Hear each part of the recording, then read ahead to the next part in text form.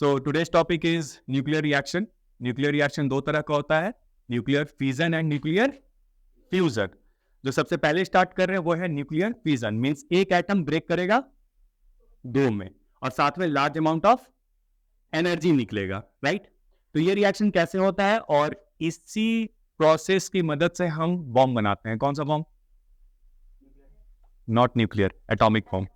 Atomic bomb, atom bomb जिसको बोलते हैं, जिसको यूज भी किया गया था 1945 में हिरोशिमा एंड नागासाकी में किया गया था, जापान के ऊपर। किस कंट्री ने किया था? अमेरिका ने। क्यों किया था? वर्ल्ड वॉर 2 को खत्म करने के लिए। बिल्कुल सही, वर्ल्ड वॉर 2 को खत्म करने के लिए। हालांकि खत्म करना था या अपना डोमिनेंट दिखाना था, इस पे तो अभी तक श्योर नहीं है। खैर तो to attain stability some masses changes into energy. तो अब देखो इसमें क्या करते हैं, अगर आपको एटॉमिक रिएक्शन अगर स्टार्ट करना है, अगर आपको एटॉमिक रिएक्शन अगर स्टार्ट करना है तो आपको क्या चाहिए? यूरेनियम। आपको क्या चाहिए? यूरेनियम। कौन सा यूरेनियम? यूरेनियम 235 चाहिए, नॉट 238।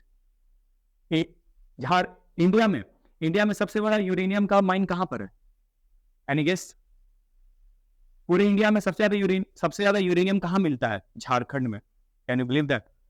झारखंड में, हमारे यहाँ सबसे ज्यादा यूरेनियम यहां मिलता है। बट दिक्कत क्या है, फिर भी हमको यूरेनियम रशिया से मंगाना पड़ता है। क्यों? क्योंकि हमारे यहाँ जो यूरेनियम मिलता है वो मिलता है 238 वाला। एग्जैक्टली तो हम लोग को इंपोर्ट कराना पड़ता है, ठीक है। तो हमारे यहाँ 238 मिलता है। तो कैसे भी इस रिएक्शन को कैसे करवाते हैं, देखिए यूरेनियम है, यूरेनियम 235। आप इसको रिएक्ट करवा दीजिए एक न्यूट्रॉन से। किससे? एक न्यूट्रॉन से। एक यूरेनियम का एटम है और एक न्यूट्रॉन हाई वेलोसिटी के साथ इसे बॉम्बार्ड करता है, टकराता है इसमें। जैसे ही ये टकराता है ये एक रिएक्शन शुरू कर देता है, ये ब्रेक कर जाता है। ये क्या होता है? यूरेनियम ब्रेक कर जाता है और ब्रेक करने के बाद ये बदले में हमको और 3 न्यूट्रॉन देता है। बदले में हमको और 3 न्यूट्रॉन देता है। अब ये 3 न्यूट्रॉन 3 यूरेनियम से जाके टकराएगा, फिर वो 3 देगा। ऐसे करके करके चेन रिएक्शन बन जाता है, बढ़ते जाता है ऐसे, समझ रहे हो? एक टकराया तो 3 न्यूट्रॉन मिला, वो 3 जाके 3 यूरेनियम एटम से टकराएगा तो बदले में हमको 9 न्यूट्रॉन मिलेगा। वो 9 न्यूट्रॉन जाके 9 यूरेनियम एटम से टकराएगा तो बदले में 27 हमको न्यूट्रॉन मिलेगा। ऐसे एक चेन रिएक्शन बन जाता है, ये रुकता ही नहीं है। अनकंट्रोल्ड रिएक्शन हो जाता है जिसमें large amount of heat and light निकलता है, जिसको बॉम्ब का फॉर्म ले लेता है, ये बॉम्ब का रूप ले लेता है। बात समझ में आई? तो देखेंगे ये रिएक्शन बहुत इंपॉर्टेंट है और 12th के लिए तो है ही, और आईसीएसई 10th में ये तो 2020 में ये रिएक्शन को बैलेंस करने भी आया था, ठीक है। तो देखो इसको जैसे हम ब्रेक करते हैं, पहले इसको एक न्यूट्रॉन से हम लोग टकराते हैं तो ये 92 और 236 में बदल जाता है। 92 और 236, क्योंकि यूरेनियम जो न्यूट्रॉन है वो 0 और 1 होता है तो एक एडअप हो जाता है, ठीक है। और जो यूरेनियम 236 बना ये मेरा हाईली अनस्टेबल है। ये मेरा क्या है? Highly unstable. मतलब ये स्टेबल था, हमने इसको स्टेबल से क्या कर दिया? अनस्टेबल कर दिया। कैसे? एक न्यूट्रॉन बम्बार्ड करके। Got it? एक न्यूट्रॉन बम्बार्ड करके ये क्या करेगा? ब्रेक कर जाएगा। ये क्या कर जाएगा? ब्रेक कर जाएगा। यूरेनियम 236 क्या हो जाएगा? ब्रेक कर जाएगा। किसमें?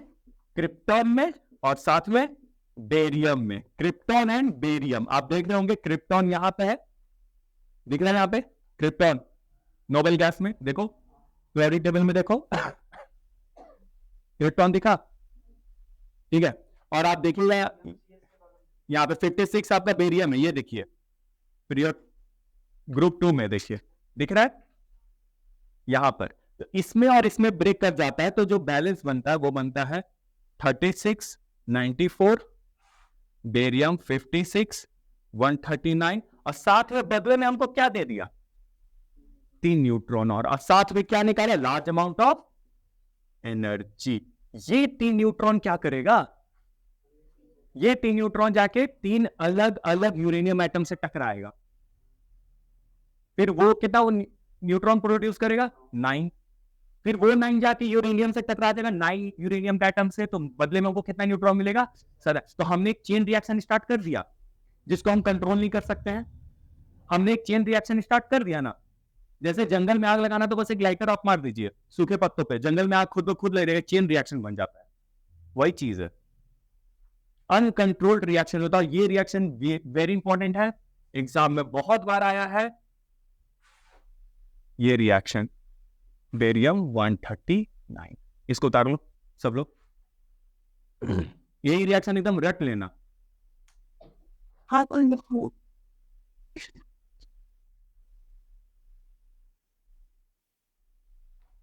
तो ओवरऑल अगर हम एक समरी देखें, ओवरऑल अगर पूरे रिएक्शन का हम एक समरी देखें, तो एक एटम था यूरेनियम, इसमें हमने क्या जाके टकरा दिया? एक न्यूट्रॉन। क्या जाके टकरा दिया? एक न्यूट्रॉन। तो न्यूट्रॉन क्या होगा? न्यूट्रॉन मेरा क्या होगा? अनस्टेबल। अनस्टेबल मेरा न्यूट्रॉन जैसे ही टकराया ये मेरा क्या हो गया? Uranium unstable. अनस्टेबल होके ये क्या हो जाएगा? ब्रेक कर जाएगा। क्या हो जाएगा? ब्रेक कर जाएगा। किसमें किसमें? क्रिप्टॉन प्लस बेरियम में, और साथ में 3 न्यूट्रॉन, और साथ में ढेर सारा एनर्जी। यही जो बार बार एनर्जी निकल रहा है ये मल्टीपल टाइम्स निकलेगा, और ये रिएक्शन इतना फास्ट होता है, इतना फास्ट होता है कि होने के लिए बस 1 सेकेंड काफी है।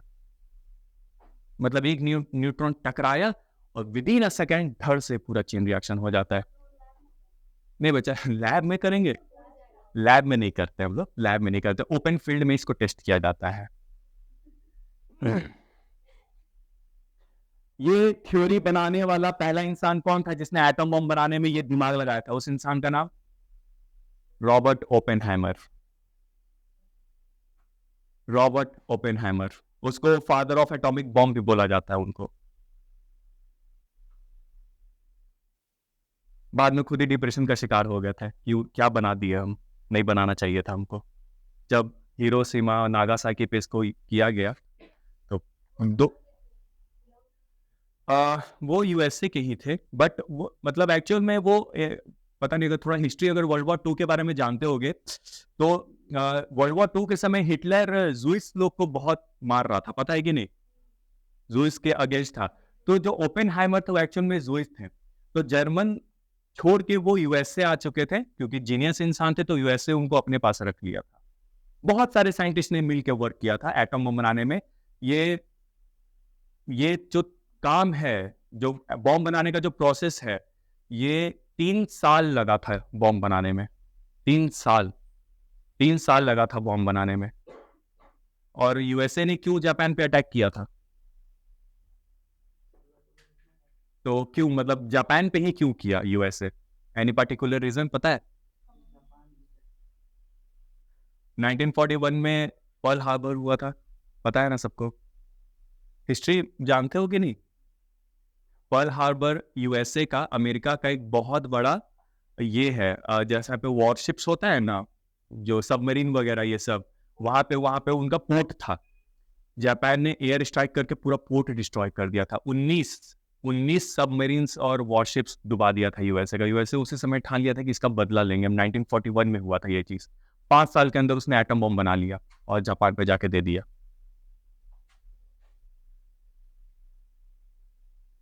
ठीक है, ये समझ में आया कहानी?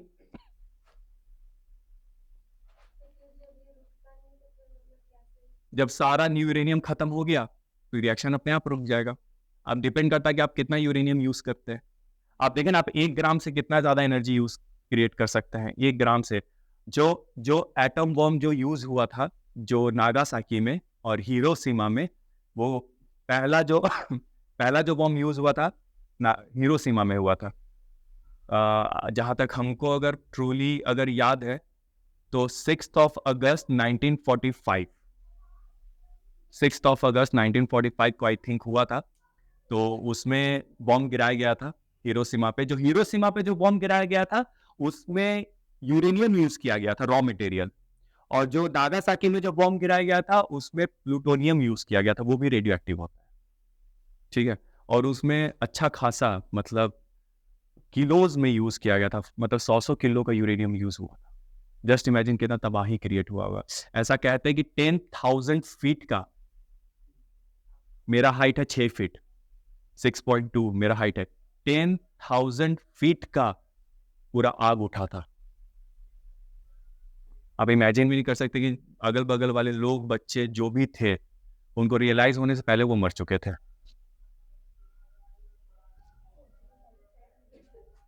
बहुत बुरा था, 2 लाख लोग मरा था इसमें, 2 लाख। सबसे बड़ा चीज कि उस समय ज्यादा लोग नहीं, उस समय जो मरे तो मरे, बाद में रेडिएशन अल्फा बीटा गामा, जब रेडियो एक्टिव है ना यूरेनियम, तो अल्फा बीटा गामा पार्टिकल्स पूरे एटमॉस्फेयर में फैल गया था। आज की भी डेट में ना, नागासाकी और हिरोशिमा में कोई बच्चा पैदा होता है ना, तो एबनॉर्मल बच्चा पैदा होता है, किसी का हाथ नहीं है, किसी का पैर नहीं है, किसी का आंख नहीं, उसका इफेक्ट आज तक है, उसके एटमॉस्फेयर में आज तक अल्फा बीटा गामा चल रहा है। और यूएसए, भाई यूएसए भी चल रहा है, जो मारा वो भी चल रहा है। अब वही नहीं, वर्ल्ड वॉर 2 जस्ट उसके बाद ही खत्म हो गया ना। जस्ट मान लो कि अब डंडा लेके 10 लोग लड़ रहे हैं, उसी में हम एक बंदूक लाके वो को मार दे, तो सब तो सही डंडा मेरे सामने रह देगा, माँ बाप जो है आप ही है, छोड़िए अब क्या लड़ाई झगड़ा। वही चीज हुआ ना, सब बंदूक तोप से लड़ रहा था। यूएसए यूएसए पहला कंट्री था जिसने एटम बम बना लिया था, तो सब उसी समय सरेंडर कर दिया सारा कंट्री के। भाई इसका जवाब तो है ही नहीं हमारे पास। और यूएसए तो धमकी दे दिया था कि अगर जापान सरेंडर नहीं करेगा तो तब तक बम मारते रहेंगे हम कंटिन्यू।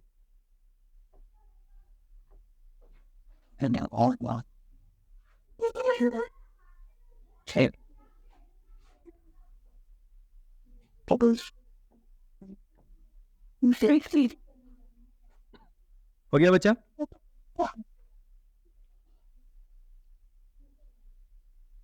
तो दिस यहां पे लिखेंगे, this high amount of energy, this high amount of energy, this high amount of energy, पहला is used, इसको अच्छे काम के लिए भी यूज करते हैं। न्यूक्लियर रिएक्शन को हम लोग अच्छे काम के लिए भी यूज करते हैं, न्यूक्लियर पावर प्लांट में इलेक्ट्रिसिटी पैदा करने के लिए। उसको हम लोग कैसे करते हैं? उसको कंट्रोल्ड वे में हम लोग यूज करते हैं। कंट्रोल्ड वे में अगर रिएक्शन कर रहे हैं, जस्ट इमेजिन अगर इसी रिएक्शन को हम कंट्रोल कर सकें तो हम कितना अमाउंट ऑफ एनर्जी निकाल सकते हैं। उस एनर्जी को हम इलेक्ट्रिकल एनर्जी में बदल के पूरे शहर को हम बिजली दे सकते हैं, तो उसमें भी यूज करते हैं। लेकिन अगर इसको अनकंट्रोल्ड वे में अगर किया जाए तो ये बॉम्ब का रूप ले लेता है। क्लियर? तो is used for good purpose, that is nuclear power plant, nuclear power plant to generate electricity.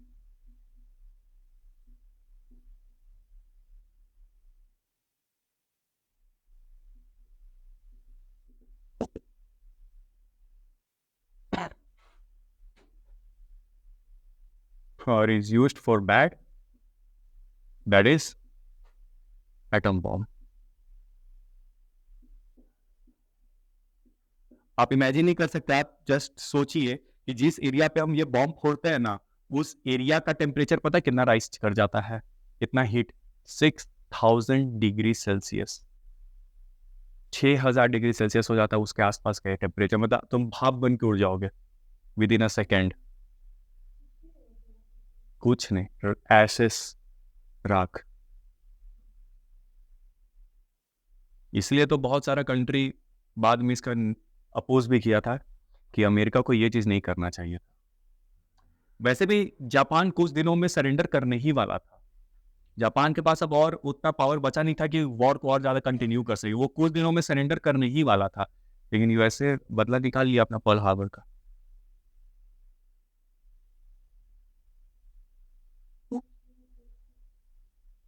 ये कैसा रिएक्शन स्टार्ट कर देता है? कैसा रिएक्शन?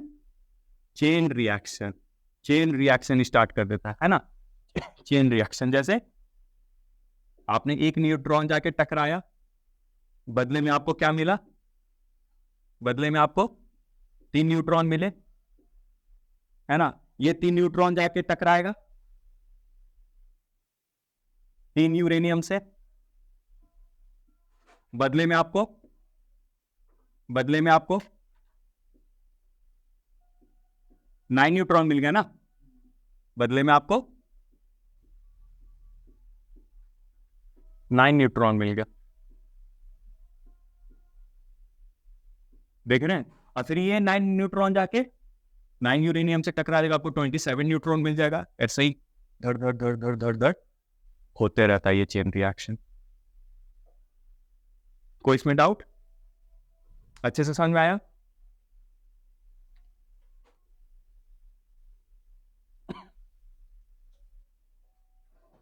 तो आपको बस ये करने के लिए क्या चाहिए, एक यूरेनियम 235 और साथ में एक न्यूट्रॉन, बस 2 चीज लेके आप कहीं भी घुस जाइए।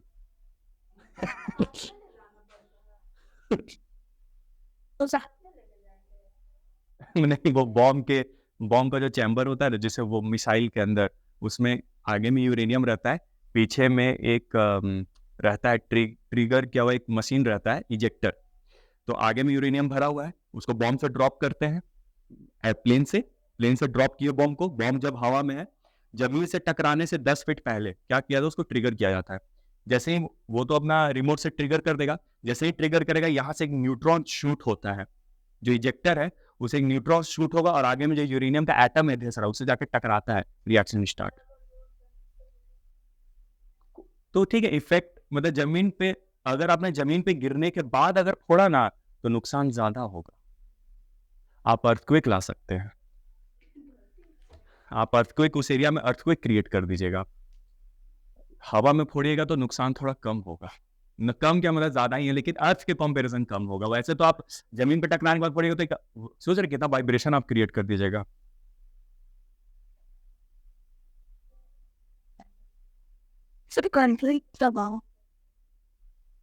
ये तो सबसे छोटा बॉम्ब है आज के डेट का, इससे बड़ा हाइड्रोजन है, हाइड्रोजन से बड़ा न्यूक्लियर है। इंसान का फितरत है आपस में लड़ मरना। जब डंडा था तो डंडा से लड़ते थे, बंदूक बना तो बंदूक से लड़ते थे, तोप बना तो तोप से लड़ रहे, बॉम्ब से लड़। यार 100 साल से ज्यादा ह्यूमैनिटी नहीं बचेगा अर्थ पे, आपस में एक दूसरे को मार देंगे हम लोग। लेकिन जस्ट इमेजिन, जो बूढ़े बच्चे, जो छोटा बच्चा था, बूढ़े थे, उन लोग को वॉर से क्या मतलब? सफर तो वो लोग किए ना जो मर गए। जिनको वॉर से मतलब ही नहीं, वो तो नॉर्मल सिटीजन थे। ठीक है, चलो आगे बढ़ते हैं। अच्छा ठीक, ओके, जल्दी फास्ट, तो जल्दी जल्दी लिखेंगे।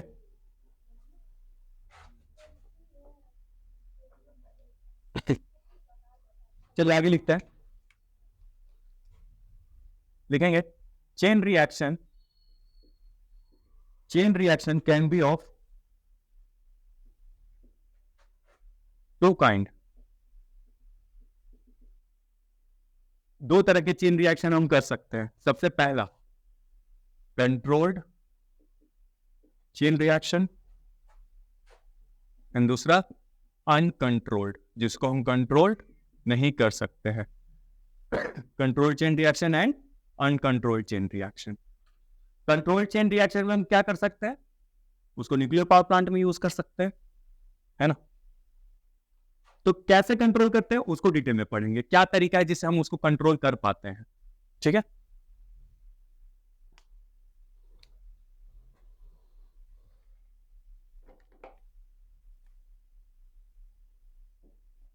यहां पे हम लोग क्या यूज करते हैं, कंट्रोल रॉड्स। क्या यूज करते हैं, कंट्रोल रॉड्स यूज करते हैं, जैसे बोरॉन और कैडमियम। बोरॉन और कैडमियम हम लोग यूज करते हैं। इसमें क्या करता है सर, ये दोनों क्या करेगा, ध्यान से समझना, तुमको समझ में आ जाएगा ये कैसे कंट्रोल होता है। हर एक रिएक्शन में हमको बदले में कितना न्यूट्रॉन मिल रहा था, 3। ये क्या करता है, हर एक यूरेनियम एटम 3 तुम्हारा न्यूट्रॉन क्रिएट कर रहा था, प्रोड्यूस कर रहा था ना। ये क्या करता है, ये 2 न्यूट्रॉन को एब्जॉर्ब कर लेता अपने अंदर, बचा कितना, सिर्फ। अब एक न्यूट्रॉन जाके कितने एटम से टकराएगा, 1 से, फिर बदले में हमको कितना न्यूट्रॉन मिलेगा, 3। 2 को क्या कर लेगा, फिर वो एब्जॉर्ब कर लेगा। तो कंट्रोल हो गया ना। हर बार जो 3 निकल रहा है उसमें से 2 को क्या कर ले रहा है, ये एब्जॉर्ब कर ले रहा है। तो कंट्रोल्ड हो गया ये, ठीक है, यही चीज करता है। दे अब्सॉर्ब, लिख लेंगे, दे अब्सॉर्ब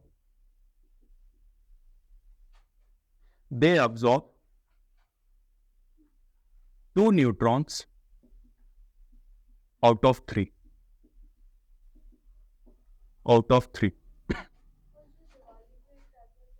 वो उसमें पोटेशियम एंड सल्फर यूज करते हैं, वो अलग चीज है, वो तो नॉर्मल सा chemical use, potassium and sulphur use करते हैं उसमें, वही सब बारूद उसी से बनता है, सारा बॉम्ब में तो बारूद ही है।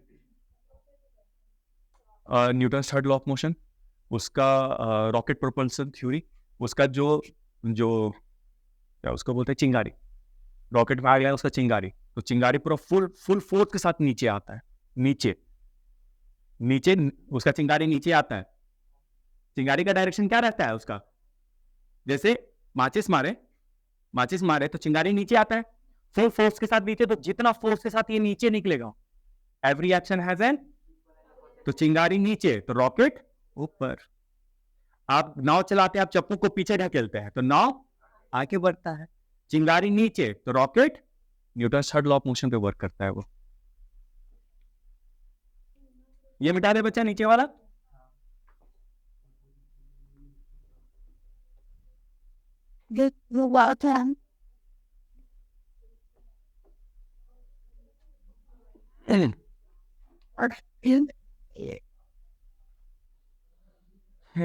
ये चीज हो गई बच्चा। अनकंट्रोल्ड में क्या बना सकते हैं इसको, एटम बॉम्ब। अनकंट्रोल्ड में इसको क्या बना सकते हैं, एटम बॉम्ब। एटम बॉम्ब में क्या क्या यूज करते हैं हम लोग, यूरेनियम 235, या क्या यूज करते हैं, प्लूटोनियम। क्या यूज करते हैं, प्लूटोनियम, Pu 239 यूज करते हैं हम लोग। आप चाहें दोनों यूज कर सकते हैं, ठीक है, ये चीज है। अच्छा, इसमें आपको पता ही है दोनों रेडियो एक्टिव है, तो कौन कौन सा पार्टिकल इमिट होगा, alpha beta and gamma, alpha beta and gamma particles emit होगा, ओके। अच्छा, अनकंट्रोल्ड वे में जब होता है, तो जैसे बॉम्ब में, तो टेम्परेचर 10⁻⁷ डिग्री सेल्सियस चला जाता है, तो लिखेंगे temperature rises up to 10⁻⁷ Kelvin, 10⁻⁷ Kelvin. They also produce alpha, beta and gamma particles.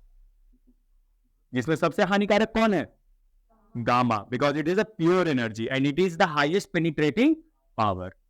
तुम्हारे बॉडी के आर पार चल जाएगा, तुम्हारा डीएनए का म्यूटेशन कर देगा।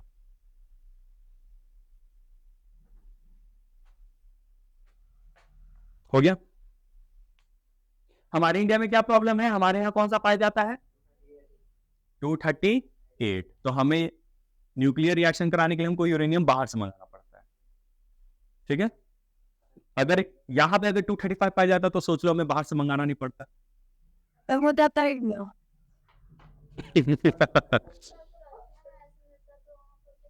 यहां पे भी अल्फा बीटा गामा निकलता है, दे ऑल्सो प्रोड्यूस, यहां पे भी अल्फा बीटा गामा निकलता है, लेकिन उसको हम, हाँ बच्चा महंगा मिलता है खरीदना है क्या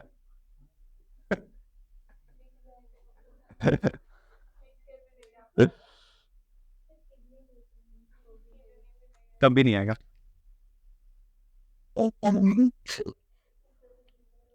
बात समझ में आ गई, ठीक है। तो this is the all about nuclear fusion. Nuclear fusion से इससे बाहर नहीं पूछेगा, आपसे पूछेगा टेम्परेचर कितना जाएगा, 10⁻⁷ केल्विन। आपसे पूछेगा रिएक्शन लिख के दिखाइए, आप लिख दीजिएगा। बोलेगा कंट्रोल एंड अनकंट्रोल में क्या फर्क है, आप बता दीजिएगा, ठीक है। तो दिस इज ऑल अबाउट